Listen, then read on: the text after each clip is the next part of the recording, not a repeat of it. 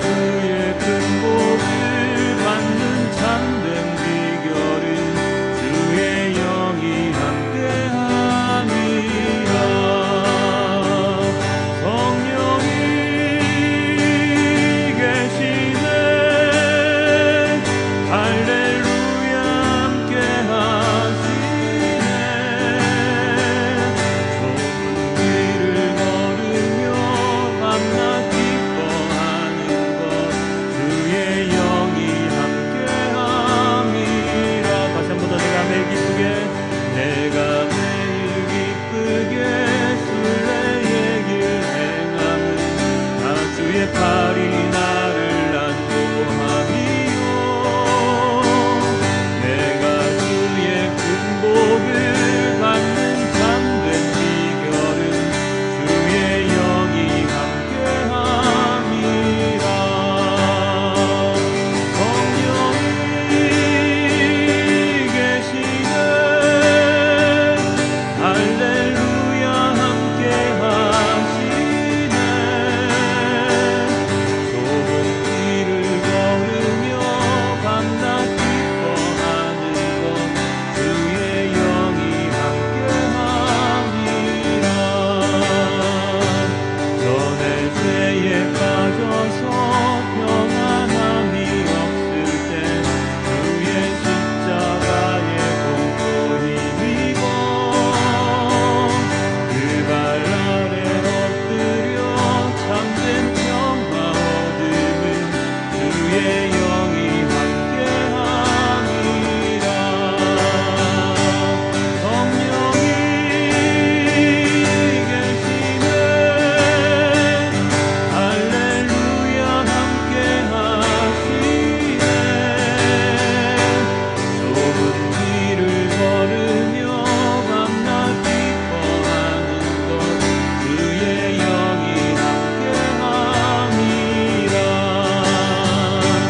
나와 동행하시고 모든 염려하시니 나는 숲의 새와 같이 기쁘다. 내가 기쁜 마음으로 주의 뜻을 행하는 주의 영이 함께함이라. 성령이 계시네. 성령이 계시네. 할렐루야 함께하시네. 좁은 길을 걸으며 밤낮 기뻐하는 것 주의 영이 함께함이라. 세상 모든 욕망과 나의 모든 정욕은 십자가에 이미 못을 받았네. 어두운 밤이 지나고 무거운 짐 벗으니 주의 영이 함께함이라. 우리 다시 한번 세상 모든 욕망과 나의 모든 정욕은 십자가에 이미 못을 받았네. 어두운 밤이 지나고 무거운 짐 벗으니 주의 영이 함께함이라. 성령이 계시네. 성령이 계시네. 할렐루야 함께하시네.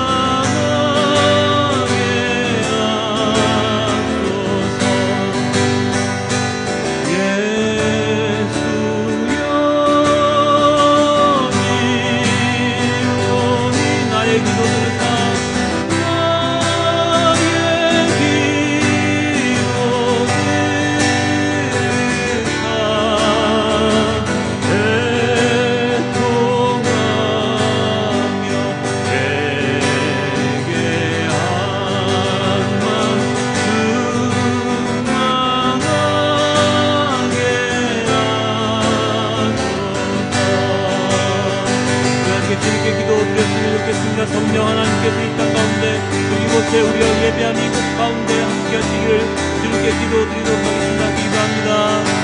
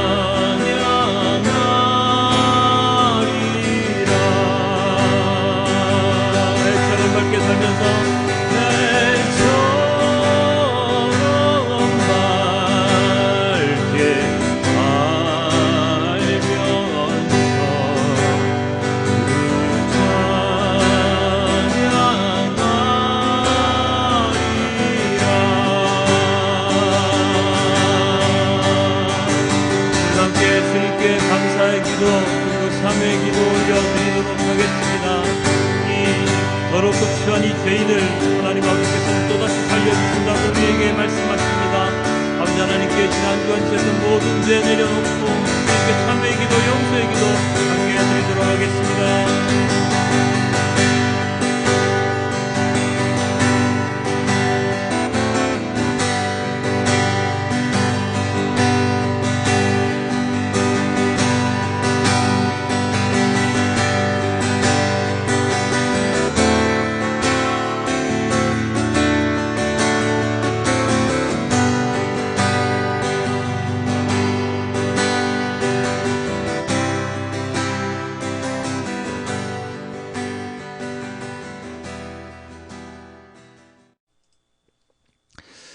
자, 지난 한 주간 잘 보내셨나요?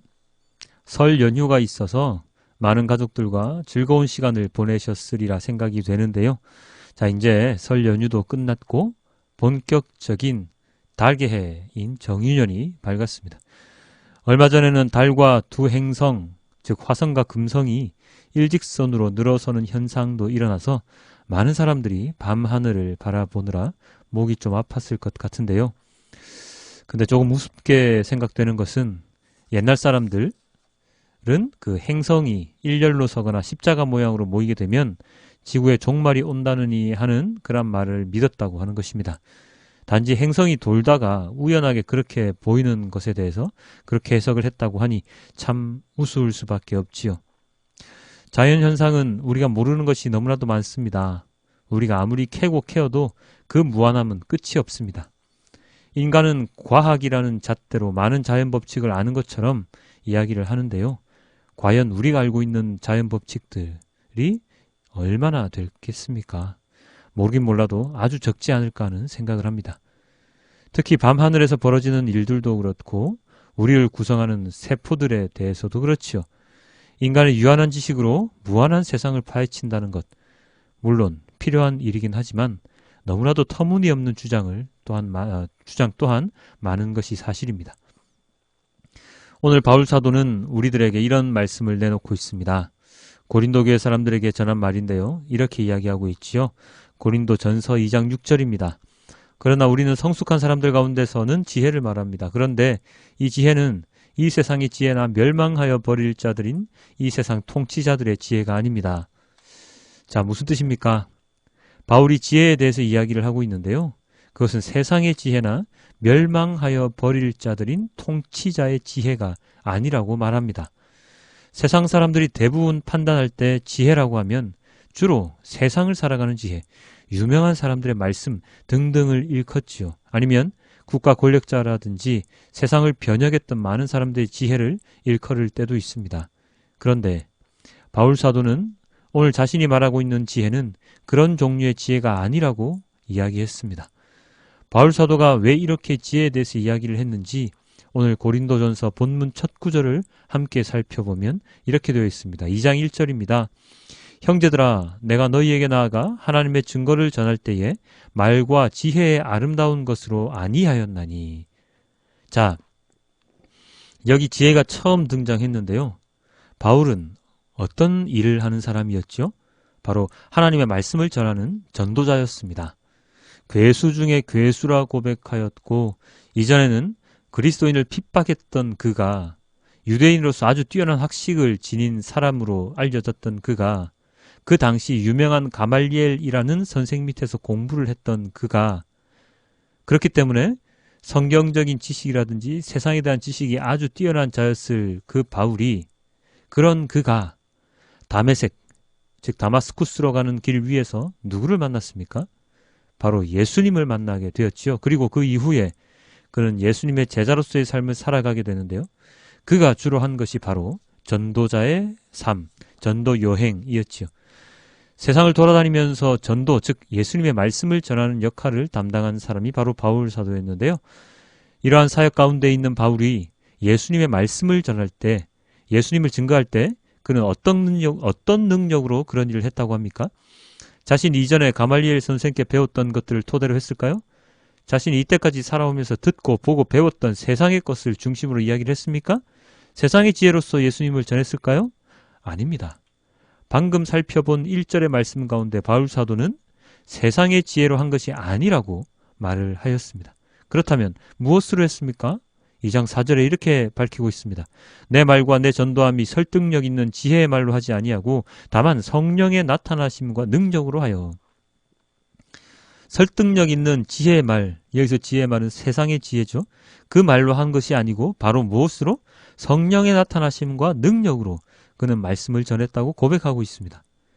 그 어떤 세상의 것으로가 아닌 오직 성령의 능력으로 전했다고 고백을 하지요. 그렇다면 그는 왜 이런 고백을 할 수밖에 없었을까요? 왜냐하면 그 당시 고린도 교회 안에서는 복음이 중심이 되어 있지 못하고 세상의 지혜, 특히나 헬라인의 화려한 언변 등으로 인해서 교회가 분열의 위기에 처해 있었기 때문입니다.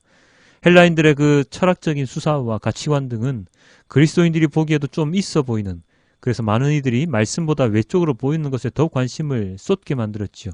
그렇게 되니 예전에 살펴봤듯이 바울파니, 개바파니, 그리스도파니 하면서 말씀과 전혀 상관없는 것들로 인해서 교회가 분열되는 모습을 보였던 것입니다. 그래서 바울은 이렇게 어떻게 그들에게 고백을 합니까? 이렇게 고백을 하였습니다. 2장 2절입니다. 내가 너희 중에서 예수 그리스도와 그가 십자가에 못 박히신 것 외에는 아무것도 알지 아니하기로 작정하였습니다. 이 말은 아주 당연한 말씀임에도 불구하고 바울 사도가 이렇게 정확하게 명확하게 자신이 전할 바에 대해서 명시하고 있다는 것은 그만큼 교회 내에 말씀과 상관없는 많은 것들이 들어와 있었다는 것을 의미하죠. 우리들 그리스도인들은 다른 것에 대하여 이야기할 필요가 없습니다. 우리들 그리스도인들은 그리스도를 따르는 자로서 무엇을 이야기하면 됩니까? 바로 예수님과 그 십자가에 대해서 이야기하면 됩니다. 짧게 두 마디로 하면 무엇이죠? 바로 복음입니다. 교회는 복음으로 충만하고 복음을 전하는 공동체입니다. 교회는 단지 그것만 하면 됩니다.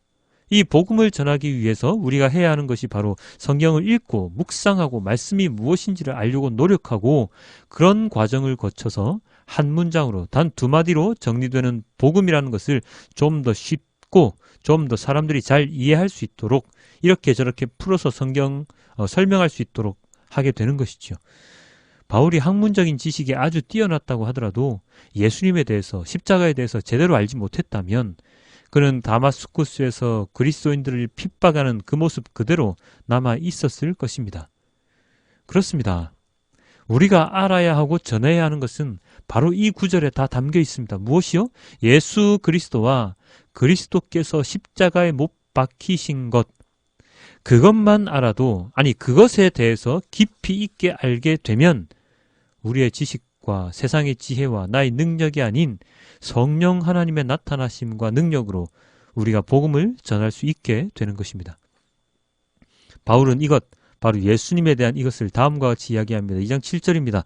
오직 은밀한 가운데 있는 하나님의 지혜를 말하는 것으로서 곧 감추어졌던 것인데 하나님이 우리의 영광을 위하여 만세전에 미리 정하신 것이라. 바울이 말하는 지혜는 바로 복음인데 그것은 곧 하나님의 지혜, 세상의 지혜가 아닌 비밀리에 감추어져 있는 하나님께서 영세전에 만세전에 창세전에 벌써 정해놓으신 바로 그것을 바울은 진정한 지혜라고 이야기합니다. 사람들이 이 지혜, 하나님의 지혜를 몰랐기 때문에, 즉 예수 그리스도에 대해서 몰랐기 때문에 그들은 예수님을 십자가에 못 박을 수밖에 없게 되었던 것이지요.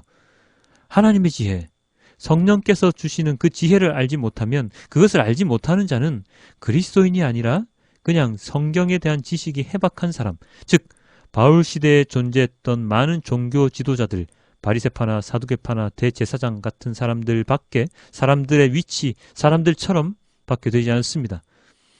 그들은 말씀에 대한 지식은 아주 많았지만 세상의 지혜는 가득했지만 바울이 표현한 바로 이 하나님의 지혜는 전혀 알고 있지 못했습니다. 이것이 중요한 이유, 하나님의 지혜를 잘 알고 있어야지 하는 이것이 중요한 이유는 바로 바리새파나 사두개파 같은 종교 지도자들이 하나님의 지혜를 모르고 있는 것이 중요한 이유, 그것은 바로 오늘 본문 중에 마태복음을 살펴보면 알 수가 있는데요. 먼저 이 마태복음의 오늘의 본문의 결론적인 구절은 바로 이것입니다. 마태복음 5장 20절인데요. 내가 너희에게 이르노니 너희 의가 서기관과 바리새인보다 더 낫지 못하면 결코 천국에 들어가지 못하리라. 서기관, 바리새인들보다 의가 더 낫지 못하면 천국에 결코 들어갈 수 없다. 누구의 말씀입니까? 바로 예수님의 말씀입니다. 마태복음 5장에서 7장은 산상수훈이라고 일컬어진 본문이지요. 직접적으로 예수님께서 천국에 대해서 설교하신 유명한 본문인데요. 단도직입적으로 예수님께서는 바리새인, 서기관, 즉 사두개인보다 의가 더 낫지 않으면 천국에 못 들어간다고 선포하셨습니다. 뒤집으면 무슨 말입니까? 바리새인이나 사두개인 같은 자들 중에도 천국에 들어가지 못하는 자들이 아주 많다는 것이죠. 왜 그렇습니까? 바로 그들은 외식적인 신앙생활을 하던 자들이었기 때문입니다. 그들은 예수님을 알아보지 못했습니다. 그들이 믿는 믿음은 어떤 것인지도 제대로 알지 못한 채 자신들이 알고 있는 지식, 지혜, 세상에 대한 지혜를 믿고 그것에 따라 살아갔습니다. 그러니까 성전도 부패하고 제대로 된 말씀 연구도 안 되고 자신들을 위협한다 싶으면 종교 재판을 통해서 다 제거해버리고 마는 그야말로 종교 권력자들이 되어버렸던 것이죠. 예수님께서는 하나님을 믿는 자들이 어떤 존재가 되어야 한다고 말씀하십니까? 마태복음 본문에 또한 이렇게 기록되어 있습니다. 너희는 세상의 소금이니 너희는 세상의 빛이라. 아주 유명한 본문이지요. 너희는 세상의 소금과 무엇이다? 빛이다. 소금은 음식 간을 맞추는데 아주 중요한 물질이죠. 빛은 어둠을 몰아내는 가장 강력한 존재입니다. 소금이 맛을 잃으면 길가에 버려져 사람들의 발에 밟히는 신세, 즉 필요 없는 쓸모없는 존재가 되어버리고 맙니다. 빛이 빛을 잃으면 방향을 잃고 삶을 살아가게 됩니다. 그리스도인은 바로 이런 중요한 소금과 빛의 역할을 해야 합니다. 예수님이라는 빛의 중심, 빛 되신 주님 예수님의 그 빛을 받아 그대로 사람들에게 비추어주는 역할, 그래서 어둠이 사단 세력이 발 붙이지 못하게 하는 역할을 해야 하는 것이 누구라고요? 바로 그리스도인입니다. 그런데 이 시대 종교 지도자들은 그런 역할을 전혀 하지 못했습니다. 심지어 어떻게 보면 신앙의 걸림돌 역할을 하고 있었다고 봐도 무방합니다. 이런 자들에게 예수님께서는 독사의 자식들아 하고 호통을 치셨고 더러워진 성전을 뒤엎으시면서 강도의 굴혈, 소굴이 되었다고 한탄을 하셨습니다. 이것이 다 하나님의 지혜, 하나님의 말씀, 예수님의 복음을 제대로 알지 못하는 자들에 대한 주님의 경고의 메시지인 것이지요. 그렇기 때문에 우리들 그리스도인들은 세상의 지혜를 아는 것도 세상을 살아가는 데 중요한 일이지만 가장 중요한 하나님의 지혜, 비밀스러워 아무나 알 수는 없지만 모든 사람에게 열려있는 그 하나님의 지혜를 제대로 알고 그 지혜를 따라 살아가는 자가 되어야 하는 것입니다.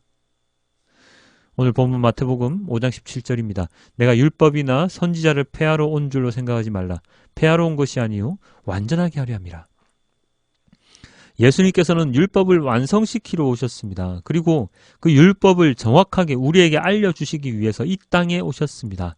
그래서 우리들이 그리스도인들이 그 율법을 등한시하지 못하도록 율법을 완전히 알 수 있도록 체험하도록 따르도록 우리들을 인도하시기 위해서 모든 말씀을 전해주셨습니다.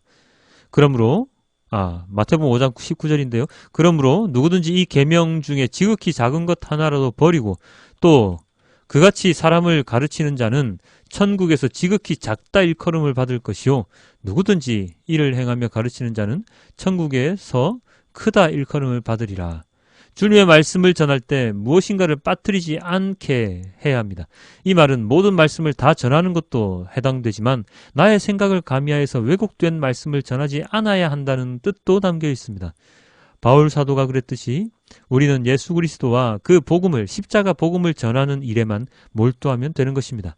거기에 무슨 사족을 달아서 이것저것 갖다 붙이면 사람들이 온전한 복음을 듣지 못하고 또다시 세상의 지혜에 해당하는 말들만 익히고 들어서 천국에 들어가지 못하게 되는 불상사가 생겨날 수 있다는 것입니다. 그것을 하지 않기 위해서 우리는 각자 개인의 말씀 묵상이 반드시 필요한 것이고 말입니다. 바리새인들과 사두개인 같은 잘못된 말씀 이해를 하지 말아야 하는 것에 대하여 우리가 각자 개인이 충실히 말씀 묵상을 해야 하는 그러한 이유가 오늘 본문 이사야서에도 직접적으로 기록이 되어 있습니다. 이사야 당시 사람들은 금식을 하며 주님께 자신들의 신앙에 대해서 인정받기를 원했습니다. 자신들이 마치 공의를 온전히 실천하는 자들인 양 주님께 따지며 되물었지요. 그러나 그들의 그런 행위들은 주님께서 보시기에 너무나도 가증스러운 일들이었습니다. 이사야서 58장 5절입니다. 이것이 어찌 내가 기뻐하는 금식이겠느냐? 이것이 어찌 사람이 통회하며 괴로워하는 날이 되겠느냐?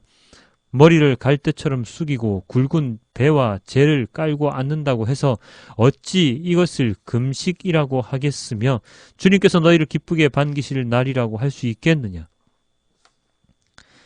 이 사람들의 금식은 자신들의 만족을 위한 것이었고 세상 사람들에게 보이기 위한 것이었지 정작 주님께서는 기뻐하실 수 없는 금식이었습니다. 그들은 자신들이 금식을 하면서 싸우고 다투고 일꾼들을 부려먹는 자들이었습니다. 금식하며 회개할 때 마음가짐은 어떠해야 합니까? 진정으로 나의 죄를 회개하는 마음으로 사죄하는 마음으로 삶을 겸손하게 나의 잘못을 되돌아보는 그런 시간이 되어야 하는데 그들은 고개를 뻣뻣이 세우고 외식적인 금식 행위를 하고 있었던 것입니다. 주님께서 온전히 받으시는 금식은 바로 이런 것이라고 이사야서 본문에 말씀하십니다. 내가 기뻐하는 금식은 부당한 결박을 풀어주는 것, 멍에의 줄을 끌어주는 것, 압제받는 사람을 놓아주는 것, 모든 멍에를 꺾어버리는 것, 바로 이런 것들이 아니냐. 또한 굶주린 사람에게 너의 먹거리를 나누어주는 것, 떠도는 불쌍한 사람을 집에 맞아 들이는 것이 아니겠느냐.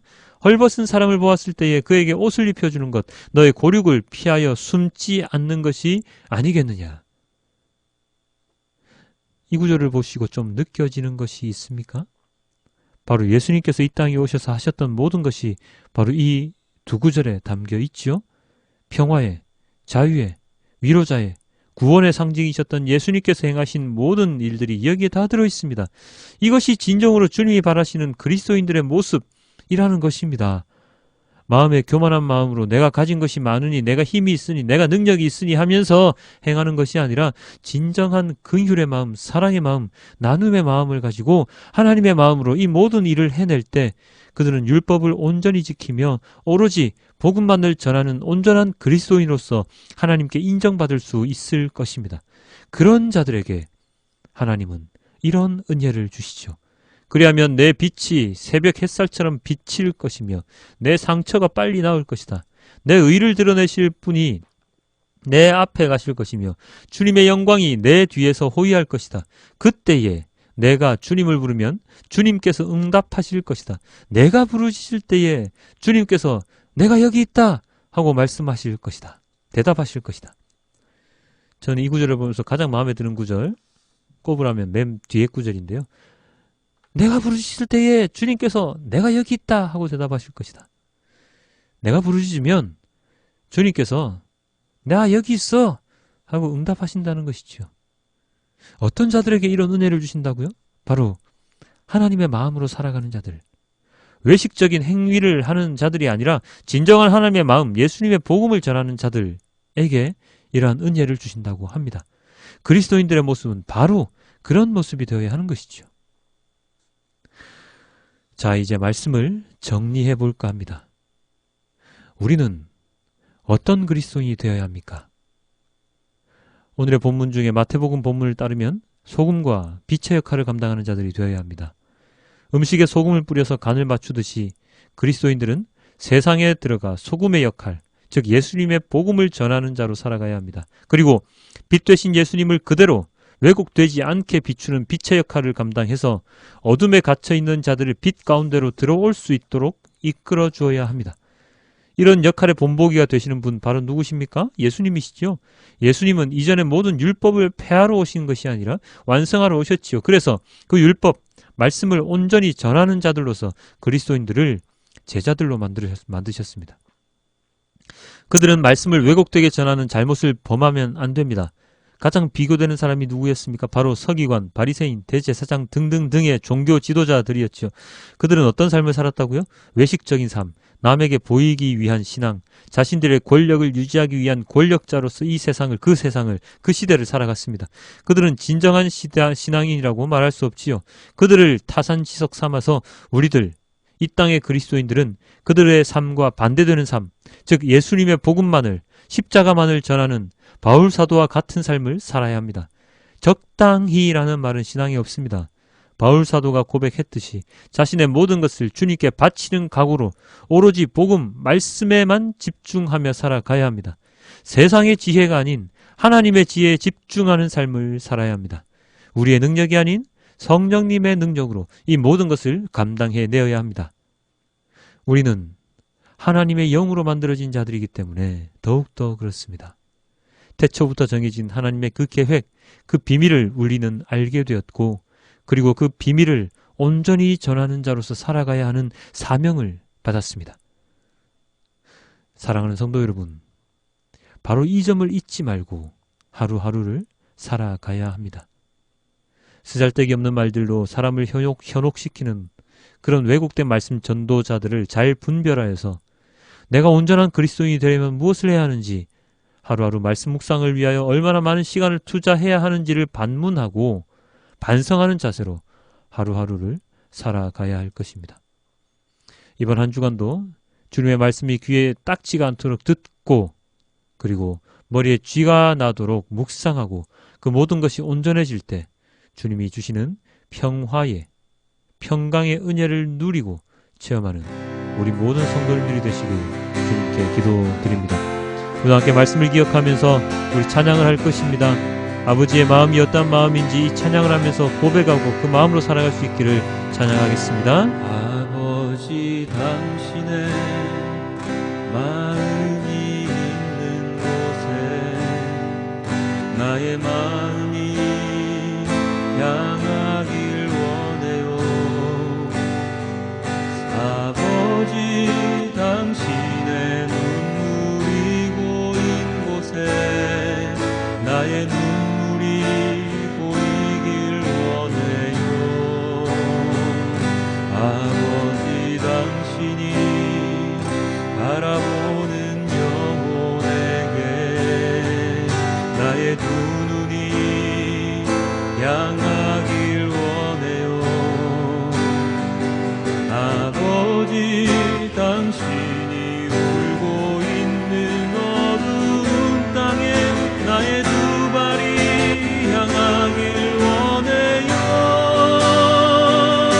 나의 마음이 아버지의 마음 알아 내